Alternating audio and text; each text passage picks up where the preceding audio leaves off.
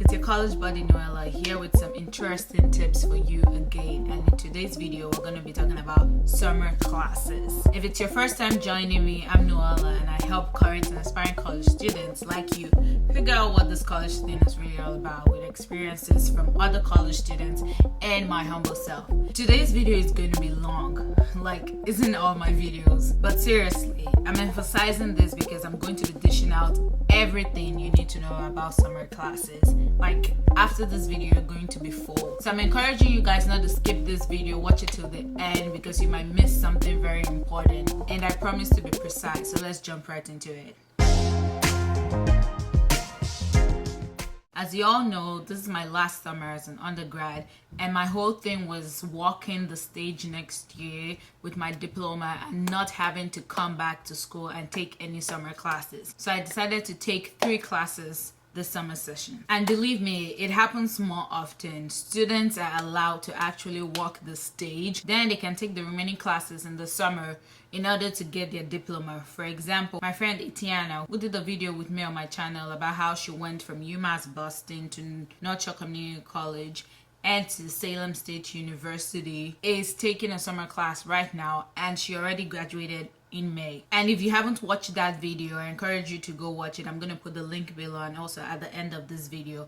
But back to the benefits of taking summer classes. I also did the same thing with my associate. I walked the stage at North Shore Community College in May while I was already enrolled in microbiology. And that class ended in August, and that was when I was able to get my diploma. But I wanted to do things differently for my bachelor's. I decided that I just want to graduate, walk the stage, and not come back and take any summer classes. So in short, summer classes help you graduate on time. Like my thing was that I was not going to spend more than 4 years completing my undergrad program. Like that's why it's a 4-year program. So if I had to take classes every summer of my undergraduate year, I was ready for it. I already prepared my mind for it, and that's why I am taking 3 classes this summer in order to graduate in May and not having to take anything after that. You know, it's just great having the summer to yourself after you graduate. So you know that you're all done and you can travel, have internships, do whatever you want and not bother about taking classes that summer. Now, for those of you who are new to summer classes, there are different types of summer classes, but I'm going to highlight 4 of them. The first and the most common one is the 6 weeks course. For example, in summer session 1, I took an intro to environmental science, which was one of the college introduction course for my major that I missed. And that class was for 2 hours and 50 minutes. That was from 9:30 a.m. to 12:20 p.m.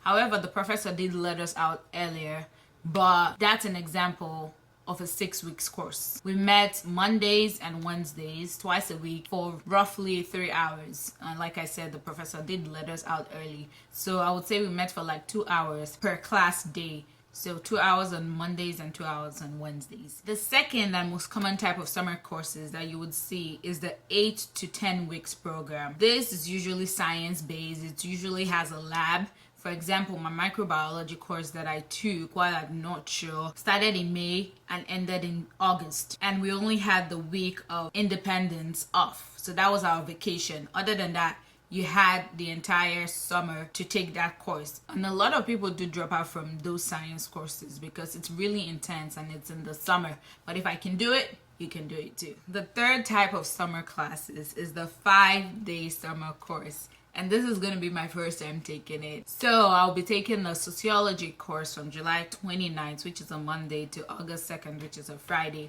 And this course is from 8:30 a.m. to 4:30 p.m. Now, I'm excited about the experience of taking a 5-day course, but I already know it's going to be very intense.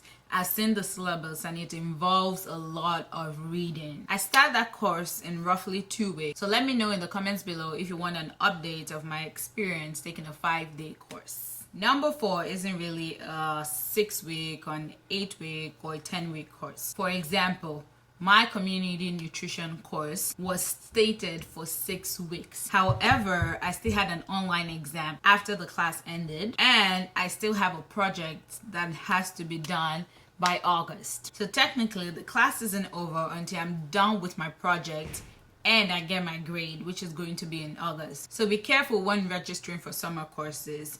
Check or ask the professor to know if you're going to have outstanding projects outside of the scheduled class days. So let's talk about books and materials that you may need if you're taking a summer course. And honestly, it depends on the summer course.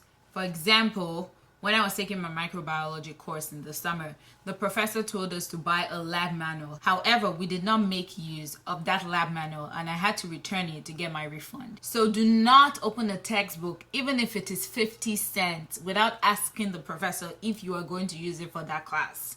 Like, even if you're going to use it for that class, wait it out. Sometimes some professors only use like 2 chapters out of a $300 book. Like, seriously, I can't tell you how much I've saved by simply renting books from Amazon or checking in the library or even sharing with a friend. Like, I remember for my chemistry class, I just photocopied someone else's lab manual before they wrote on it. And we also found copies of the lab manual online that we could print for free. If this is too much work for you, you can go ahead and buy those $300 books.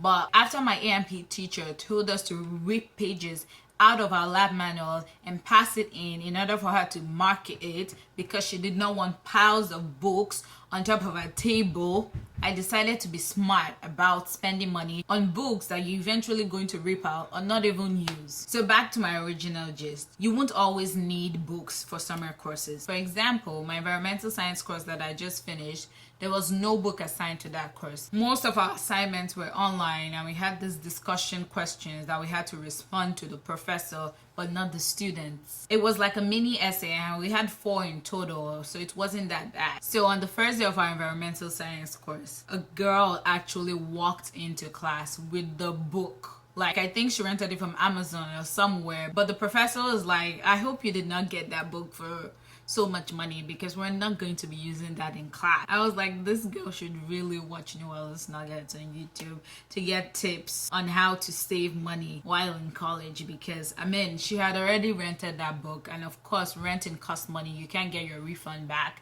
but you can return the book. I mean, it doesn't cost as much as buying a brand new one, but that's still money. And you know, as college students, we always need money. So be wise when it comes to getting books for summer courses. So my advice would be to wait it out. Go for a couple of classes, like 1 to 2 weeks, and observe how much the textbook is being utilized. And while you wait to get yours, figure out alternatives, like making a new friend so you can share his or her book, or you can check the library. They always have books on reserve instead of you wasting tons of money to get a new book that you probably wouldn't use again ever in your life. Like, seriously. So be wise. So now let's talk about cost. And before we go into this, I just want to say it doesn't matter how much a summer course costs. If you really want to take a summer course, you will. Do you want to know how much I spent for summer classes? Hold on, let me calculate.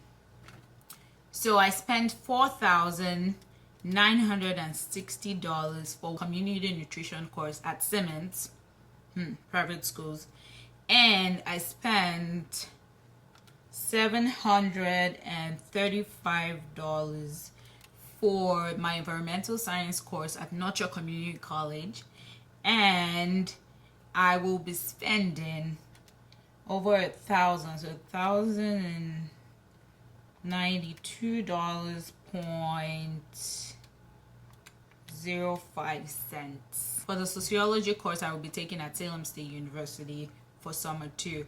And that rounds up to almost $7,000, guys. Almost $7,000. Like, do you know what I would have done with this money? Like, I would have gone on a cruise. I would have gotten a car or something. Like, almost $7,000 for 3 classes.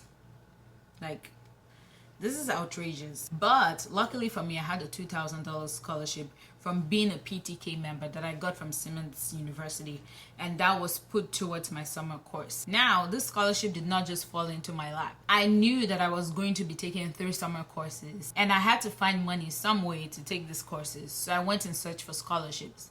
And while I was searching, I found out that Simmons actually gives a $2,000 scholarship to transfer PTK students. And mind you, I did not get this scholarship last year when I transferred. It was until I searched for it and sent a message asking for this scholarship because I was a PTK member from Nurture Community College that I was then offered this scholarship. So scholarships do not just fall into your lap. You have to look for them, you have to apply for them, and then you get it. So you have to work for the harvest, apply for the scholarships to get them. So if you've watched this video until now, I want to say a huge thank you, because these are very important information that you need to know if you are planning on taking a summer course. And now I'm going to give you some other additional tips that you also need to be aware of. So I've talked about the benefits of taking a summer course. I've talked about the types of summer courses. I've talked about the resources that you may need if you want to take a summer course. And I've talked about the cost. Now, you've heard me talk about taking a summer class at Nurture Community College, and I will be taking one at Salem State University, and I am a Simmons student. So how does that work? Well, this is what you need to do if you plan on taking summer courses at other college campuses and transferring them to your current college. Number one, meet up with your advisor ahead of time and make sure that the courses that you want to take at other campuses align with the courses at your current campus. This is important because you want to make sure that those credits eventually transfer. Like, you do not want to waste your time and your money taking courses at other campuses that would not eventually transfer into your current college. For example, I wanted to take a chemistry course this summer at Salem State University, but the chemistry course at Salem State University did not match up with the Simmons chemistry course. So I moved it to the fall semester to save myself from all the trouble. Now, don't worry if the name of the courses differ. For example, at Nurture Community College, the environmental science course that I took was Geo 108, and at Simmons it's Bio 104, but these courses are the same. The only thing your advisor might ask you to do is to send the syllabus from the other college to them in order for them to approve it, and that's what I did. Easy peasy, isn't it? And if you really know you want to take those summer courses, just make sure you get everything settled ahead of time so you meet the deadline. I hope you've learned something today. And I know summer classes can be stressful. Like, I'm taking 3 and I'm working 2 jobs. Like, who does that? But honestly, do take out time for yourself and try to relax. Thanks for watching, and until next time, do subscribe.